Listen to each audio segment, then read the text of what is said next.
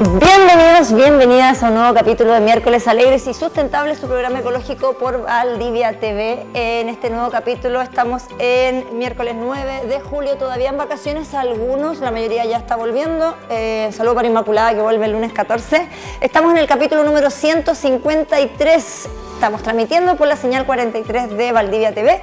Si es que tienes Telsur, pero si no, no importa porque puedes ver por Facebook y por YouTube y todos los capítulos están todos en listita, ordenaditos en la lista de reproducción del YouTube de Valdivia TV. Hoy tenemos una continuación de un tema muy importante que tiene que ver con la norma secundaria para el río Valdivia, que se ataja, que sigue, que se ataja, que se boicotea, que vuelve a reflotar.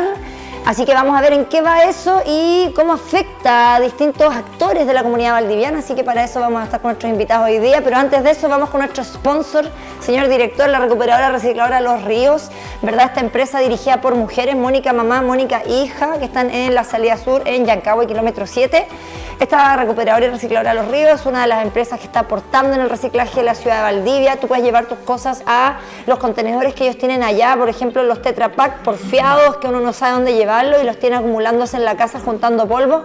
Van todos para allá, puedes llevarlos a la recuperadora y recicladora Los Ríos. También reciben cartones, papeles, neumáticos. Si ustedes tienen una vulcanización, pueden llevar sus neumáticos también.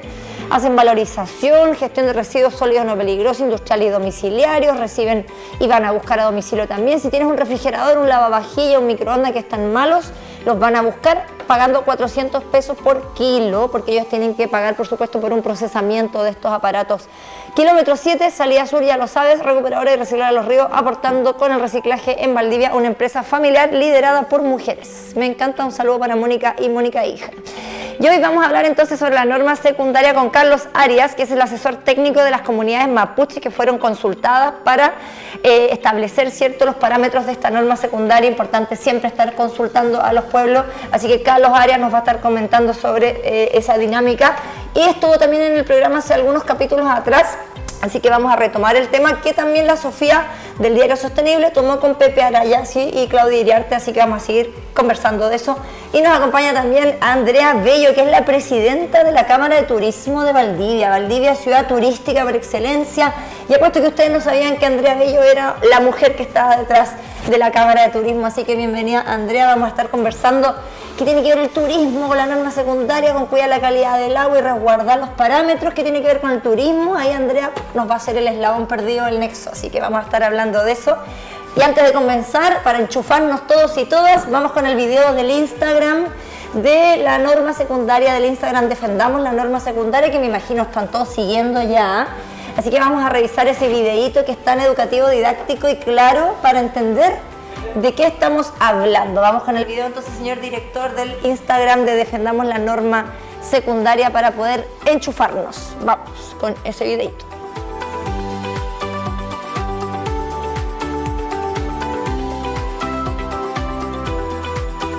Una norma secundaria que protege nuestros ríos, con monitoreos constantes para evitar que sustancias peligrosas afecten la calidad de las aguas en la cuenca del río Valdivia. Pero hay una alerta preocupante. Varias multigremiales de Santiago han presentado una reclamación judicial para anularla.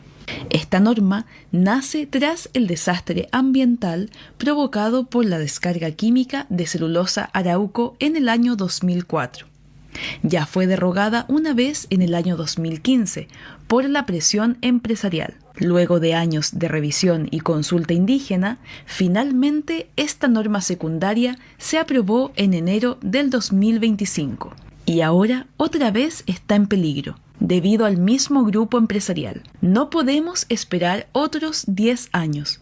Necesitamos esta norma para avanzar hacia una economía que no contamine nuestros ríos y respete la calidad del agua. Esto es una oportunidad, no una traba.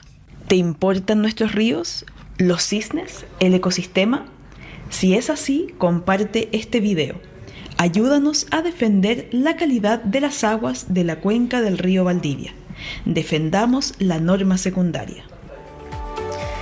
Defendamos la Norma Secundaria, entonces nos indica este video que está en el Instagram de Defendamos la Norma, que ustedes pueden compartir, también pueden sacarse su fotito para unirse a la campaña, pero ustedes se preguntarán por qué hay que defender una norma que es tan obvia y que va en defensa del río y que debería estar permanente y no debería correr peligro, pero está corriendo peligro, y de eso nos van a estar conversando hoy día Carlos y Andrea.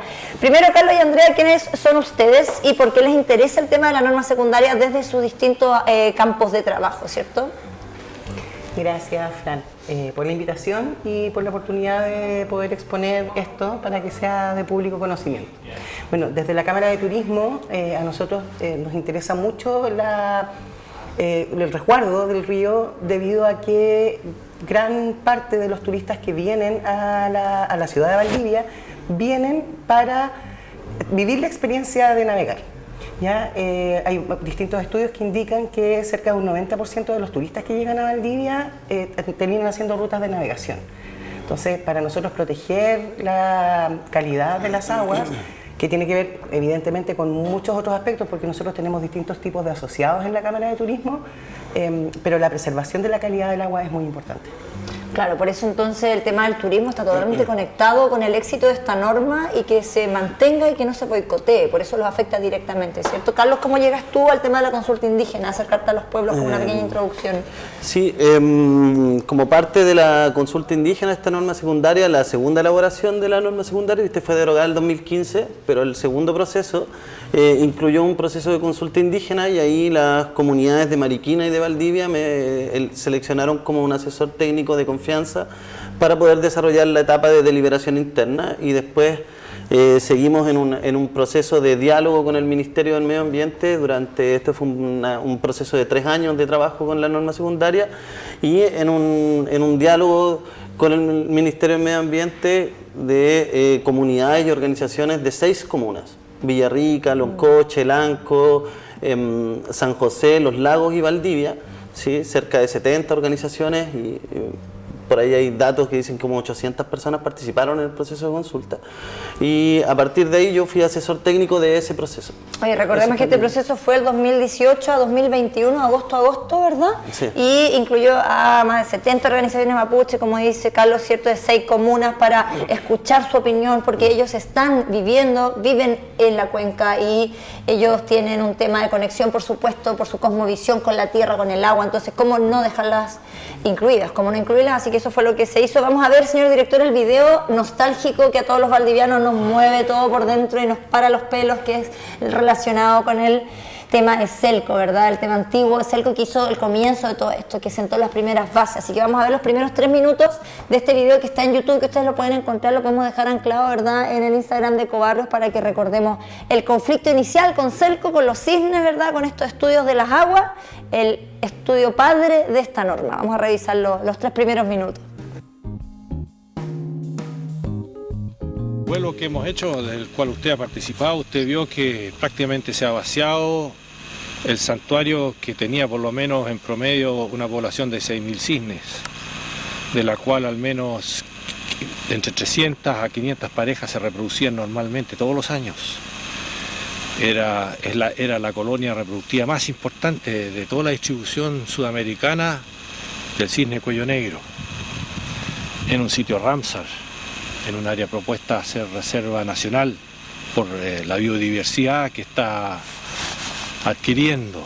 Una prueba de que el ecosistema se está muriendo y que no son solamente los cisnes, son las diferentes aves que se ven aquí, estos patos silvestres sin su madre, los coipos muertos, en el caso de este aborto, una hembra, coipo muerta, todos con características similares, desnutridos, altamente parasitados.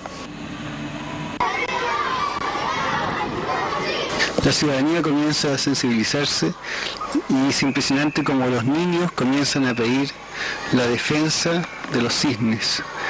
La muerte de los cisnes ha llegado a la juventud de Valdivia, a la comunidad de Valdivia, y en la desesperación por ver que no se hace nada por ayudarlos, comienzan las manifestaciones públicas.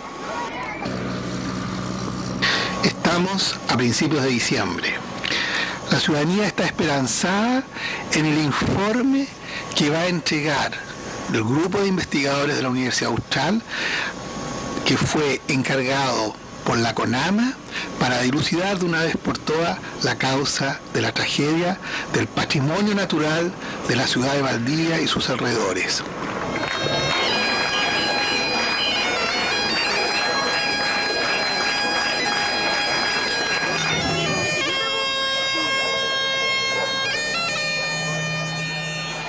La tragedia de los cisnes, que no es otra cosa que la tragedia del santuario de naturaleza, no comenzó en octubre, cuando los medios por fin se involucraron y decidieron, digamos, tras esto, involucrarse en los organismos públicos llamados CONAMA, CONAF, SAC, Servicio del Ambiente.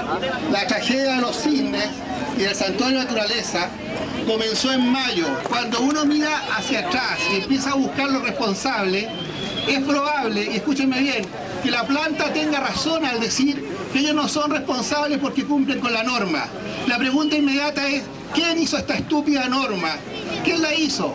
Cuando uno trata de buscar los estudios hacia atrás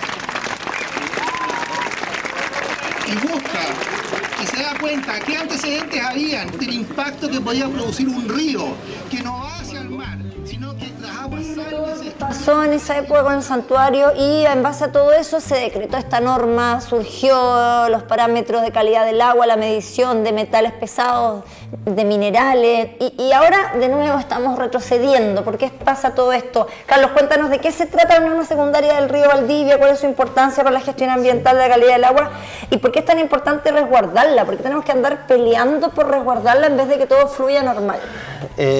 Bueno, sí, muchas gracias, Fran. Lo primero es explicar de qué se trata esta norma secundaria, porque bueno, todo está la campaña de defendamos la norma y a nosotros se nos pregunta harto de, ya sí, pero ¿qué es la norma? Entonces creo abstracto para la gente. Claro, el concepto mismo es un área un poco árida, entonces la intención de esta parte de la entrevista es poder explicar de qué se trata la norma secundaria y lo primero era poder poner una diapositiva donde estaba el territorio. Sí, vamos con el mapa, el PDF, señor director, donde está el mapa de la cuenca, la primera imagen, ahí está para que Carlos nos cuente un poco. Claro, entonces, primero que todo hablar de que esta norma secundaria es un instrumento legal que lo que busca es gestionar la calidad de las aguas en base a información de los datos de calidad de agua de la cuenca, que en el caso de la cuenca del río Valdivia, y ahí estamos viendo el espacio territorial, cuando uno habla del río Valdivia como que pareciera que fuera de la ciudad solamente de Valdivia, pero esta cuenca en realidad parte en Villarrica, en el río Chesqui, en la naciente del río Cruces, ¿ya? Y hasta Valdivia, pasando por las comunas de Loncoche, San José, Lanco, Mafil, Valdivia, y también por el lado de los lagos, que tiene que ver con el río San Pedro y que después se transforma en el río Calle. Entonces estos dos grandes ríos confluyen y desembocan en el océano como río Valdivia, y por eso se denomina cuenca del río Valdivia. Y afecta a un montón de comunidades, por lo tanto. Por lo tanto, sí, de hecho es una norma que es birregional, porque incluye las comunas de Loncoche y Villarrica, que son de la región de la novena región, y lo que estamos viendo en pantalla es cómo esta norma secundaria establece distintas áreas de vigilancia donde tienen que establecerse límites de contaminación para algunos parámetros que son considerados riesgosos para el medio ambiente, y como lo que vemos en el mapa son cómo está dividida estas 10 áreas de vigilancia desde el río Cruces 1 hasta el río Cruces 4 y por el lado del río San Pedro también el río Calle. Podemos ver que hay zonas no normadas, por ejemplo, que se ven. Sí, que eso es la parte de los lagos. Sí. Ya, en la parte de los lagos solamente la norma secundaria está incorporando desde los ríos, las nacientes de los ríos Chesqui, como te decía, que es el río Cruces, después se transforma en Loncoche en el río Cruces, y desde el río San Pedro hasta cuando confluyen en el río Valdivia y desembocan.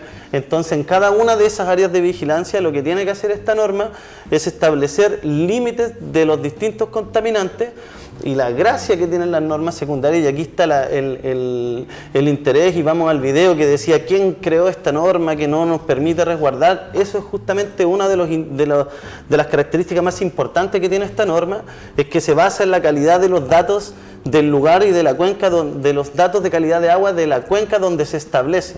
O sea, estamos hablando de estudios científicos profundos, con expertos y todo eso, ¿no? De hecho, se basan con datos que están colectados por la Dirección General de Aguas. En el caso de la cuenca del río Valdivia hay datos desde el año 87, por lo tanto hay una base de datos bien sólida para establecer una calidad de agua histórica en cada una de estas áreas de vigilancia y por lo tanto establecer límites basados en la calidad histórica de esta agua. Tenemos esos datos de sulfato y sodio, por ejemplo, que los tenemos a continuación, para que nos cuente un poco qué tipo de componentes del agua son los que se miden, en este caso sulfato y sodio. ¿Sí? Claro, por ejemplo, vamos a poner el caso del sulfato, que estos son dos, este es uno de los parámetros que están normados por la cuenca, perdón, por la norma secundaria. Y aquí vemos los datos del sulfato en las distintas estaciones, los distintos colores son distintos lugares donde se ha medido desde el año 87 por la Dirección General de Agua cuáles son la concentración de sulfato en las aguas. Y si vemos el río, las dos líneas azules que tienen que ver con el río San Pedro en el desagüe y en el río Callecaya, aquí en la balsa San Javier, un poquito más arriba, si tú ves la línea azul del sulfato se ha mantenido más o menos estable durante todo el periodo en ese lugar. Lo mismo en el río Cruces antes de Celco, que se empezaron a tomar daños desde el año 2004, pero ese tiene un pequeño crecimiento, pero el crecimiento es leve. A diferencia de lo que ocurrió en el río Cruces, en Rucaco, aguas abajo de la planta de celulosa, donde vemos que el año 2004 se disparan los datos del sulfato, porque evidentemente hay una fuente puntual de descarga química que está insertando una cantidad de sulfato al agua, y lo que hace esta norma secundaria, que viene en ese mismo sentido, es recoger toda la información que es desde el año 87 y establecer estos límites basados en dos criterios.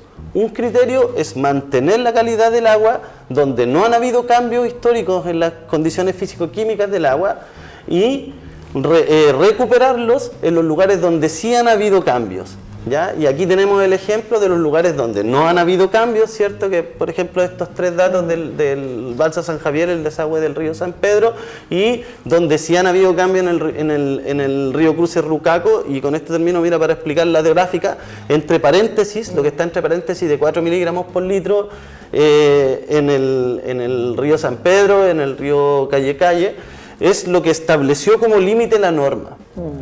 O sea, el decreto 21 que hoy día está reclamado establece que para esos lugares, para esas áreas de vigilancia, el máximo que puede llegar y el límite que está establecido basado en los datos históricos desde el año 87 son 4 miligramos por litro.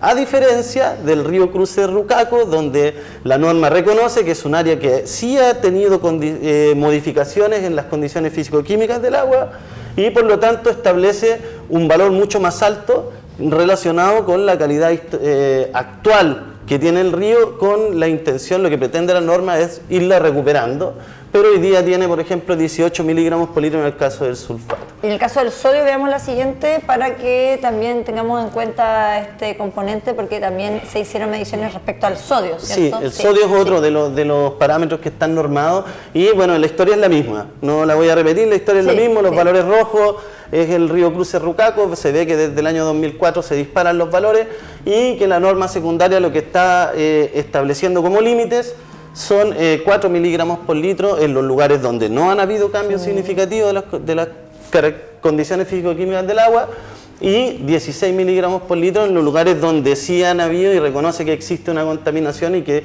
es un lugar que quiere ser, que pretende ser recuperado por parte de esta norma. Oye, entonces, gracias a lo que tú nos dices, Carlos, podemos entender cómo se fijan las cifras límites, los rangos para poder delimitar. Y ahora vamos a entonces preguntarle a Andrea, ¿verdad?, que nos acompaña por la Cámara Turismo Valdivia.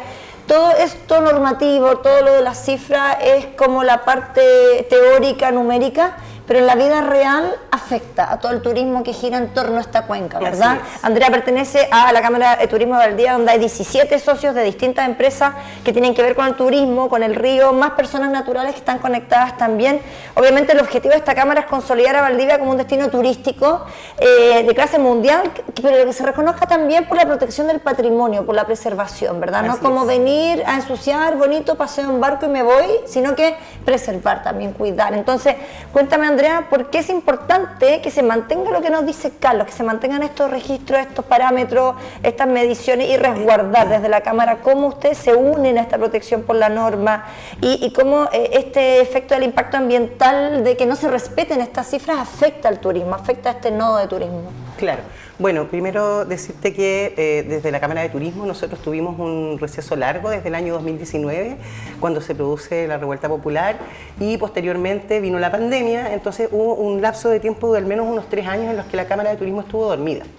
Cuando se retoma la Cámara de Turismo, cuando me eligen presidenta además, el desafío era grande, porque había que hacer una serie de papeleos, qué sé yo, para poner todo nuevamente en norma. Pero también hubo una reestructuración profunda, es decir, nosotros nos planteamos para qué queríamos seguir, cuál era el motivo para seguir, cuáles eran los cambios que íbamos a hacer, porque los estatutos, misión, visión y valores tampoco se habían tocado durante 20 años. Entonces decidimos comenzar a buscar qué era lo que realmente nos movía hacia el turismo de Valdivia, y descubrimos en conversaciones con los socios que aquí los turistas no vienen a alojarse en la mejor cama de X hotel, ni vienen a tomar el café en X café, porque lo que llama al turismo en Valdivia es justamente el río. Entonces comienza esta nueva declaración de principios, visión y valores, y efectivamente nosotros queremos posicionarnos como una Cámara de Turismo, porque además somos la única Cámara de Turismo de Valdivia.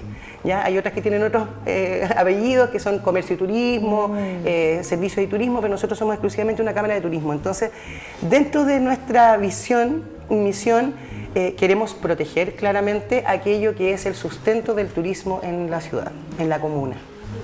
¿Ya?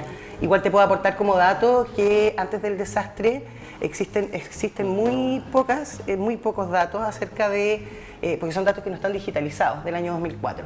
Pero sí hay un estudio específico que fue el que...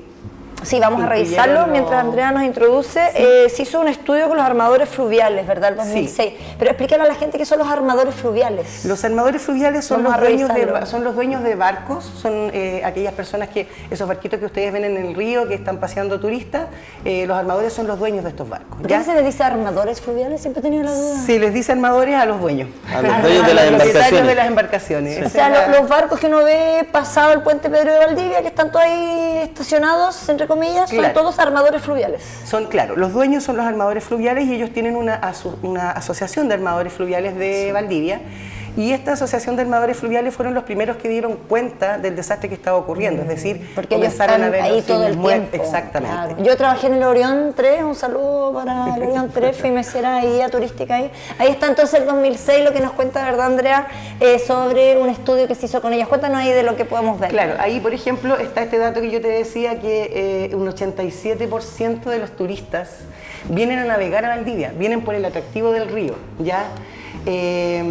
Otro dato importante es que esto que aparece acá, que en el año 2004, cuando se produce el desastre, se nota inmediatamente una baja importante, ahí no veo por eso, un 62,5% del turismo baja. Se redujo. Se redujo en un 62%, esto es una caída tremenda. Gigante. Y claro, y son los armadores los que dan cuenta de esta situación, son ellos los que mandatan este estudio, y una de las partes que a mí más me llama la atención, y creo que hasta el día de hoy influye en la imagen que proyecta Valdivia como ciudad acerca del cuidado de los ríos, ¿ya? Porque en ese momento el panorama era de un río contaminado, es decir, algo nada atractivo para una ciudad que tiene como único valor en ese momento el santuario y la naturaleza. Además que salió en todos los medios, Andrea, eso fue súper masivo, en TVN, Chilevisión, todos mostraban cómo estaban los cisnes muriendo. ¿Quién iba a querer aquí andar en calle con un cadáver de cisne al lado? O sea, claro, no, terrible. Claro, entonces ustedes dentro de la visión y misión de la nueva del nuevo perfil de la Cámara tienen incorporado el tema de la ciudad sustentable. Quisimos incorporar la sustentabilidad, la regeneración como parte de nuestra participación activa como organización social, ¿ya? Y ahí, por ejemplo, también te puedo contar que no aparecen los datos, pero desde el momento en que ocurre el desastre ambiental se tuvo que comenzar a diversificar la parrilla de atractivos turísticos, de productos turísticos, ¿ya? Y dentro de esos nació este producto turístico que es Valdivia Ciudad Cervecera, ¿cierto? que también requiere de la pureza de las aguas. Por supuesto. Es absolutamente necesario, es decir, la riqueza de las cervezas valdivianas radica justamente en que las aguas se mantengan con ciertos niveles de pureza. Claro, de hecho, la base del trabajo de todos los cerveceros artesanales valdivianos es el agua pura de Valdivia. Nosotros tenemos socios, un saludo para Cerveza Valdilluvia, que es uno de nuestros socios cerveceros, y la verdad las cosas que ellos siempre estamos conversando acerca de esto, o sea, la importancia que tiene, si bien es cierto, hubo que diversificar, que no solamente el santuario sea el foco de turismo, aún en la diversificación, estos nuevos productos requieren de aguas limpias para poder hasta ofrecer. un agua mineral valdiviana salió hace un tiempo también, ¿verdad? Oye, un saludo a propósito de cerveceros, Andrea, a todas las marcas cerveceras que este fin de semana van a estar en La Zabal participando en el festival. Sí, hay que ir, va a estar buenísimo. Se paga solo la entrada de La Zabal, no pagas en el evento.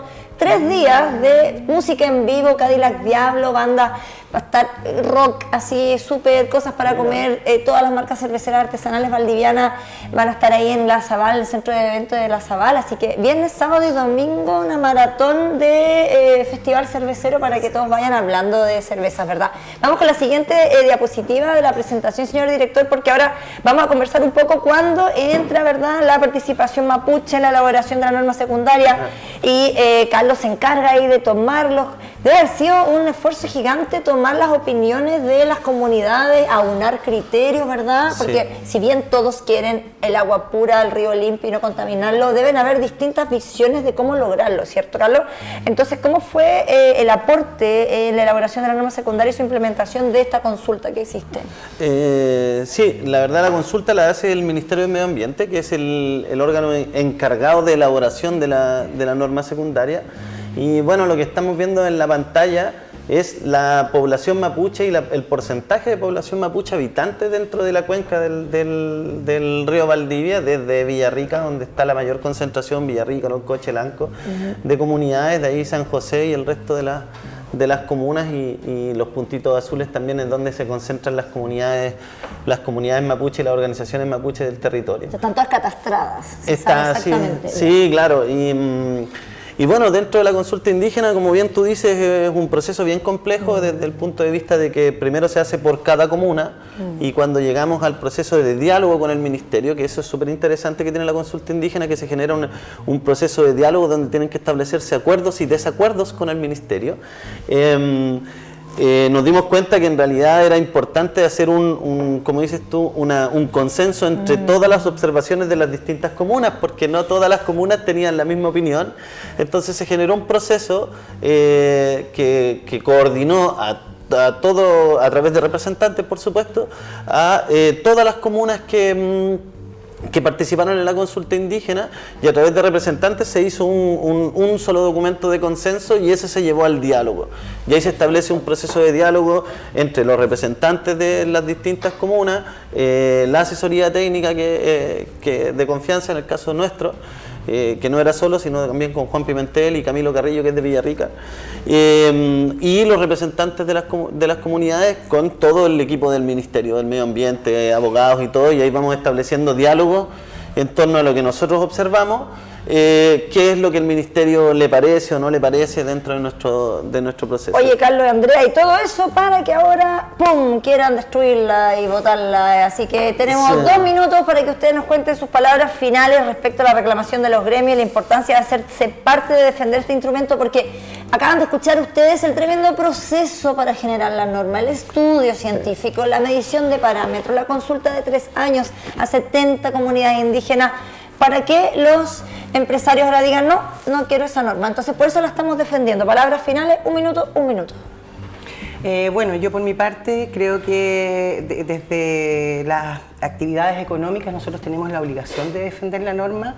En primer lugar, por esto que te digo yo del turismo, y también hay muchas otras áreas de la economía que se ven beneficiadas por una norma secundaria de calidad ambiental hecha a medida, porque es súper importante rescatar que esto no es una norma que en todo el país sea exactamente igual, sino que aquí está hecha a la medida de Valdivia, es decir, para conservar nuestros ecosistemas, para poder seguirnos posicionando en lo que a mí respecta. Voy a hablar muy desde de los intereses especiales.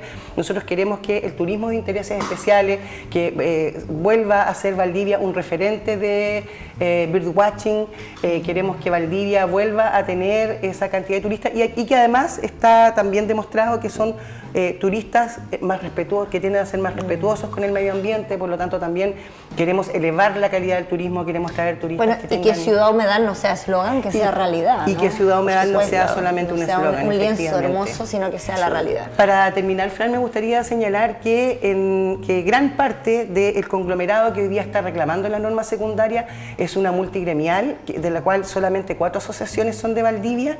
Ya nosotros ahí vemos un problema grande porque si otras empresas de otras ciudades vienen a reclamar por una norma que nos afecta a nosotros, también consideramos que es injusto. Súper injusto. ¿Qué se meten? ¿Qué se meten? Sí, Carlos, últimas palabras. Sí, por mi parte, mira, yo es algo que no contesté respecto de por qué resguarda adecuadamente esta norma, ya, eso sí, de acuerdo a los datos, pero una de las cosas importantes e interesantes que tiene esta norma, que yo creo que es importante relevarlo, es que esta norma, además de lo que señalamos anteriormente, que está basada en los datos de la cuenca, cambia el precepto de que el que contamina paga, sino que aquí, si es que se superan los límites que están establecidos para los distintos parámetros que están normados, se tiene que desarrollar una zona saturada, se declara una declaratoria de zona saturada y luego se inicia un plan de descontaminación enfocado a la fuente puntual que está generando que se superen las normas.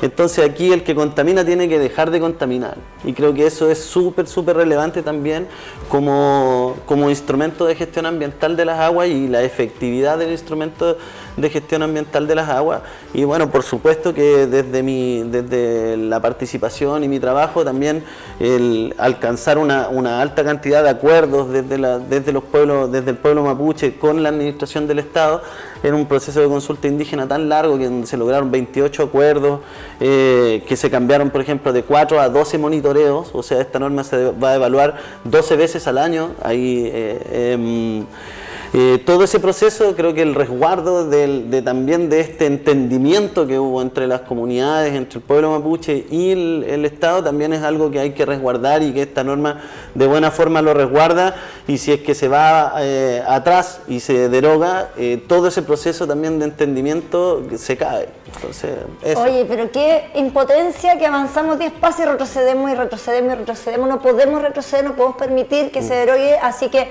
a unirse por la norma secundaria. Agradecemos a Andrea, ¿verdad?, la presidenta de la Cámara de Turismo de Valdivia, y a Carlos Arias, que nos acompañaron nuevamente acá. Vamos a invitarlos a un nuevo capítulo en el futuro para ver cómo va la historia y si logramos o no logramos esta gran meta comunitaria de toda la cuenca, que es defender la norma secundaria para cuidar las aguas. Si me da solo un segundito de que... No. Sí, lo que pasa es que, claro, la reclamación la hicieron los gremios, pero también la ciudadanía organizada y distintas organizaciones, incluso agrupaciones cerveceras y otras organizaciones y comunidades indígenas, también se van a hacer parte de la reclamación y de defender la norma desde el punto de vista jurídico, no solamente político y desde las redes sociales, sino que ya mañana se ingresan al tercer tribunal ambiental los documentos donde las organizaciones se hacen parte de la reclamación como terceros coadyuvantes, se llama, pero es un concepto técnico y jurídico, pero también hay un proceso legal donde se tomó la decisión también como ciudadanía. Ya, entonces mientras usted se saca su selfie bonita, defendamos la norma, al mismo tiempo hay abogados trabajando por estos gremios y toda la gente que se une para defender la norma, ¿cierto? Así que como comunidad podemos hacer la parte en redes sociales mientras los abogados se encargan de defender la norma secundaria. Oigan, nos invitamos a todos a seguir este programa cada miércoles a las 11 de la mañana, a revisar la lista de reproducción en YouTube para que vean todos los capítulos anteriores y vean el capítulo de la norma anterior y el anterior a esa donde estuvimos con Carlos conversando. Y muchas gracias, Andrea y Carlos, por venir hoy día, acompañarnos, por su tiempo. Vamos a seguir conversando de este tema que es tan importante. Sigan al Instagram Defendamos la Norma, ¿cierto?, que está disponible para que ustedes puedan estar al tanto de todas las novedades. Nos vemos el próximo miércoles en un nuevo capítulo de Miércoles Alegre y Sustentable. Y si usted quiere venir al programa, escríbanos al Instagram de Fundación Ecobarrios para que comparta con nosotros su pyme sustentable, su emprendimiento ecológico, su ONG, su fundación o cualquier iniciativa que esté aportando al medio ambiente en la región de Los Ríos. Nos vemos el próximo miércoles. Que estén muy bien. Ya, chao. Chao, chicos, muchas gracias por venir.